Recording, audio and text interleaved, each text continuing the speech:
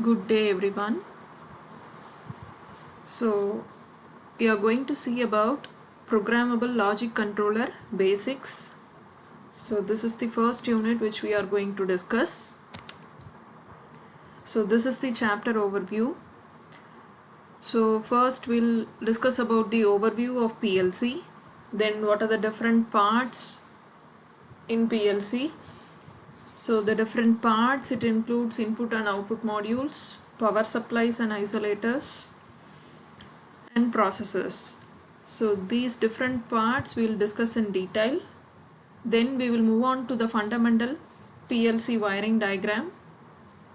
Then we will discuss or do a recap on sensors and transducers that will be connected to the PLC modules. Then finally we will look into the concept of sealing circuits. So before moving into the PLC, first we'll generally discuss about the closed loop system. So this block diagram, everyone will be familiar with this block diagram. This is nothing but a closed loop system block diagram. So this closed loop system block diagram, so you can see that here is the reference input, or we will be calling it as set point. Then we have a part called controller. Then this is the process which we have to control, and we have a feedback system. So this output will be measured using some kind of sensor, and that will be fed back again to the controller. So the difference between the set point and the measurement, you will get the error value, so that error will be feeding to the controller. So this controller will generate control signal, and there is an actuator inside this process, so that will finally give the actuation signal which corrects the process output. So this is how the closed loop system works. Now we would have seen in the process control laboratories that the controller part used there was a computer, because you have built in some control logic or program that was inside the controller. So the computer here acts as the controller, right, in the laboratory experiments which we performed. Okay, so here this controller part, that is the computer, is going to be replaced by PLC. So this PLC is again programmable logic controller. Again it is a controller which is going to generate some kind of control signal. So this is the basic view of PLC. Now programmable logic controllers, as said previously. So this programmable logic controllers are nothing but industrial grade computers, okay, so which is capable of performing control functions or generating control actions. Okay, so it is a real-time system. Okay, so it is a real-time controller which generates control signal depending upon the input given to the PLC. Okay, so it is a digital computer used for machine control. Okay, so this is mainly designed to operate in an industrial environment. Okay, so we will be having set of input devices. These input devices will be connected to the PLC, and inside the PLC you will have some kind of logic. It is a controller. Okay, so you will have some kind of logic.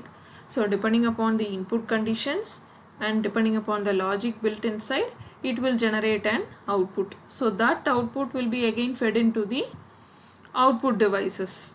Okay, so this is the flow how PLC will work. So on the right side, these are some of the real-time PLCs available in the market. This is how the PLCs look like. These are two different types of PLCs. This is one kind, this is the second kind, which we will be discussing in the forthcoming lectures. So before moving into the in-depth characteristics of PLC, we will see how this PLC was evolved. Okay, so before PLCs were found, they were using only a control called relay logic control. Okay, so we all know what is a relay. It is an electromechanical relay. It is nothing but some kind of switch. Okay, so all the control logics or the logical wirings was did with the help of relays. Okay, say for example, you have a simple operation, that is you have two inputs and you have to generate an output. The logic is like this: these two inputs, it has to be added. Okay, so that will be the output. This is how the logic is. So in case of logical wiring of relays, so all these additions, all these things has to be hardwired using the relays itself. There is no computer, there is no programming, everything was hardware bound. Okay, so that is the main difference of relay logic control and PLC. Okay, understand the difference. Everything has to be hardwired, everything is hardware, there is no programming involved. Okay, so relays, it has to be hardwired to perform specific function. So when the system requirements change, the relay wiring has to be changed or modified. So this is the main drawback of relay logic control, that is I am developing logical wiring using relays only. If suppose the logic itself is going to change, then what happens to the hardware I have connected? Everything has to be remodified, right? This was a very big task in case of relay logic control. Okay, so if suppose mainly in automobile industries, consider automobile industries, so each and every 6 months or 1 year they release a new product with a new facility, right? So in case of automobile industries, when they have to go for a logical change, this relay logic control, it was very much tedious. What they have to do was, they have to rewire all the panels for the model changeover, that is changing from one model to another. Okay, so this was a very big drawback in case of relay logic control. And one more thing, when everything is hardwired, the troubleshooting becomes very difficult. If suppose there occurs an error, we don't know where that error occurs, the troubleshooting part becomes very tedious. So this is how the PLCs were evolved. Okay, so where it is some kind of a digital computer, again industrial grade computer.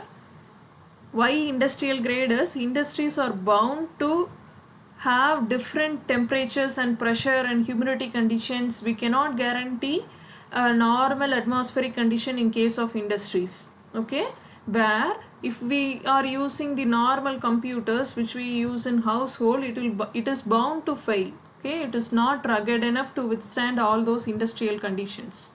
Okay, so that's why PLCs are termed as industrial grade computers. Okay, so these PLCs are small and inexpensive compared to the relay based process control systems. So this is how the PLCs were evolved. They wanted to overcome this disadvantage of hard wiring in case of relays. So you can see how a relay logic wiring looks like and a PLC looks like. So you see here, this diagram represents the relay logic wiring. So the logic itself was developed using hardware of these functions. You can look into this, how they have wired these relays. Now tell me, is it easy to find if there any, if any error occurs in this relay logic wiring? It is very difficult, right? Now look at this diagram, this PLC wiring diagram. So this is the PLC. Okay, so the parts of PLCs we'll be discussing later, but comparatively you can see the wiring difference, right? So this was much easier using a PLC. Now the benefits of PLC. Now these are some of, we have around 7 points. So in this video we'll be discussing these 7 points now. Benefits of PLC. So the first point is increased reliability. Second is more flexibility. Third one is lower cost. Fourth one is communications capability. Fifth one is faster response time. Sixth one is easier to troubleshoot. Seventh is easier to test field devices. So these are some of the benefits of PLC. We will discuss each and every one in detail. So first is the increased reliability. Increased reliability is something which is more reliable. That is, it is something where I can have more trust, right? So why this is, I told you that PLCs are digital computers, so there will be some kind of programming which can be written and fed inside this PLC, right? So why we have increased reliability is, all the logics I am just writing in the form of a coding, right? So which I can easily troubleshoot, right? And I can test this program before implementing in a real-time environment, right? So thereby it drastically reduces the logical error in the PLCs. Whereas if you think in case of relay logic control, the programming I am writing here, everything has to be done as a hardwire connections, right? That is bound to contain some errors, right? So because of this, we have a increased reliability in case of PLCs. See, the main difference is we have reduced wiring. In case of PLC, it is not like that you have no wires at all, directly everything is available. It's not like that. It is like you will have minimum wiring compared to relay logic control. Okay, so why increased reliability is because I am writing logics in terms of code and keeping it inside the PLCs. This is the first advantage. Second advantage is more flexibility. Why more flexibility? Let's say I am using a particular logic for a program. So now I have another input added to that and I have to change my logic slightly.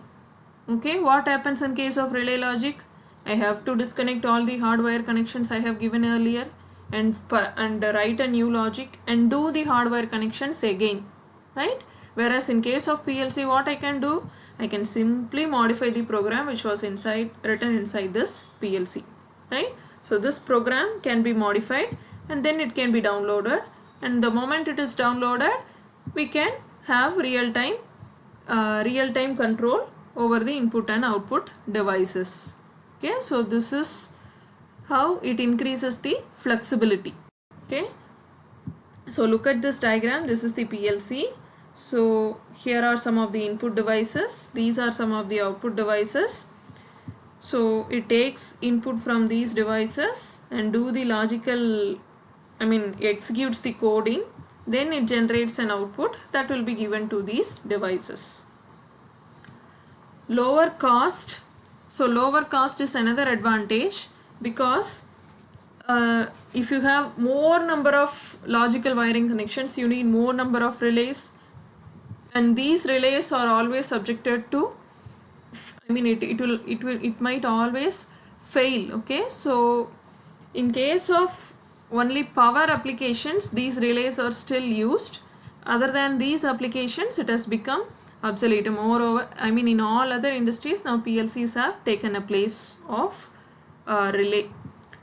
And then communication capability. If you take relay logic control, it was really zero, because if you have one process, let us say you have two processes that was running in parallel.